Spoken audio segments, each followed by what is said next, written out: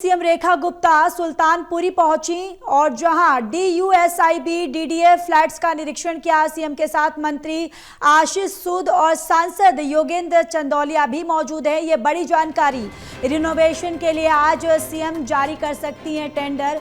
ये बड़ी जानकारी आप तक साझा करें, जहां पर मुख्यमंत्री रेखा गुप्ता आज सुल्तानपुरी पहुंची हैं, जहां डीयूएसआईबी डीडीए फ्लैट्स का निरीक्षण किया और सीएम के साथ मंत्री आशीष सूद और सांसद योगेंद्र चंदौलिया भी मौजूद हैं। जहां रिनोवेशन के लिए आज मुख्यमंत्री रेखा गुप्ता टेंडर जारी कर सकती हैं। तो ये बड़ी जानकारी, मुख्यमंत्री रेखा गुप्ता सुल्तानपुरी पहुंची, जहां डीयूएसआईबी डीडीए फ्लैट्स का निरीक्षण किया और इसके साथ ही सीएम के साथ मंत्री आशीष सूद और सांसद योगेंद्र चंदौलिया भी मौजूद हैं। जहां रिनोवेशन के लिए आज सीएम जारी कर सकती हैं टेंडर।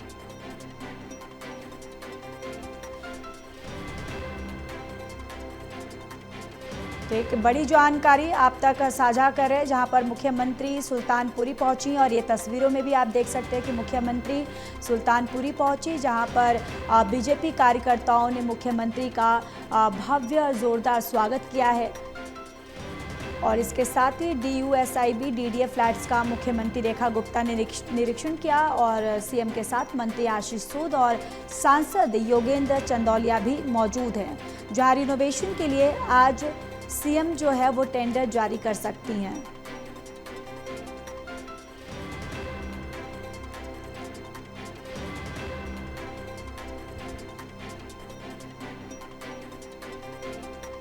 तो एक महत्वपूर्ण जानकारी, मुख्यमंत्री रेखा गुप्ता सुल्तानपुरी पहुंची, जहां डीयूएसआईबी डीडीए फ्लैट्स का निरीक्षण किया और सीएम के साथ मंत्री आशीष सूद और सांसद योगेंद्र चंदौलिया भी मौजूद रहे। रिनोवेशन के लिए आज मुख्यमंत्री रेखा गुप्ता टेंडर जारी भी कर सकती हैं।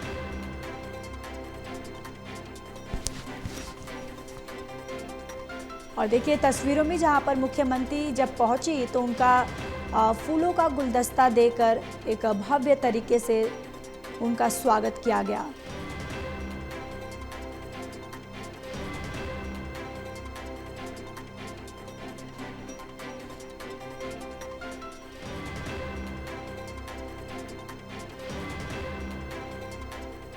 दो 2011 से बने हुए ये फ्लैट जो गरीब झुग्गी वासियों को दिए जाने थे, अरबों रुपए का इस पे फंड लगा, पर सरकार की बेपरवाही और बदनीयती ने इन फ्लैट्स को झुग्गी वाले को देने से हमेशा रोकते रहे। उनकी मंशा थी कि गरीब झुग्गी में पड़ा रहे, बिना सुविधाओं के, रोजाना शौचालय और स्नानघर जैसी व्यवस्थाओं के लिए जूझता रहे।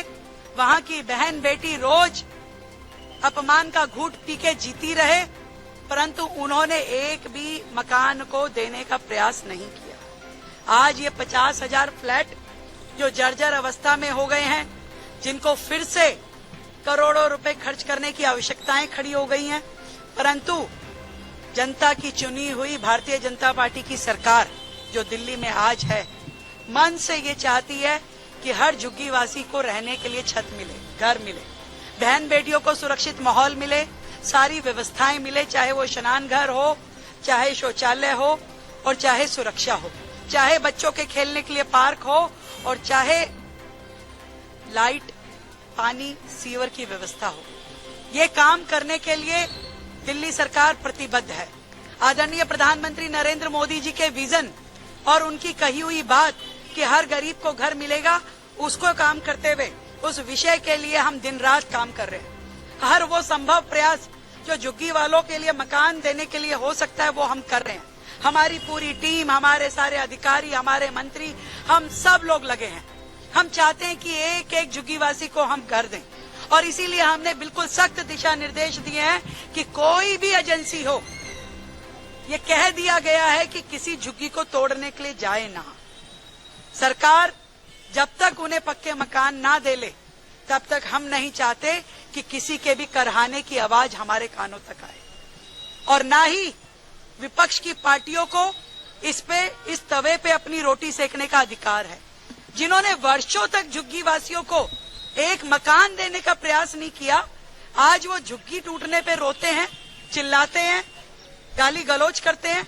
मैं उनसे पूछना चाहती हूँ, आपने क्यों नहीं ये फ्लैट उन्हें दे दिए? क्यों इनको जर्जर होने दिया?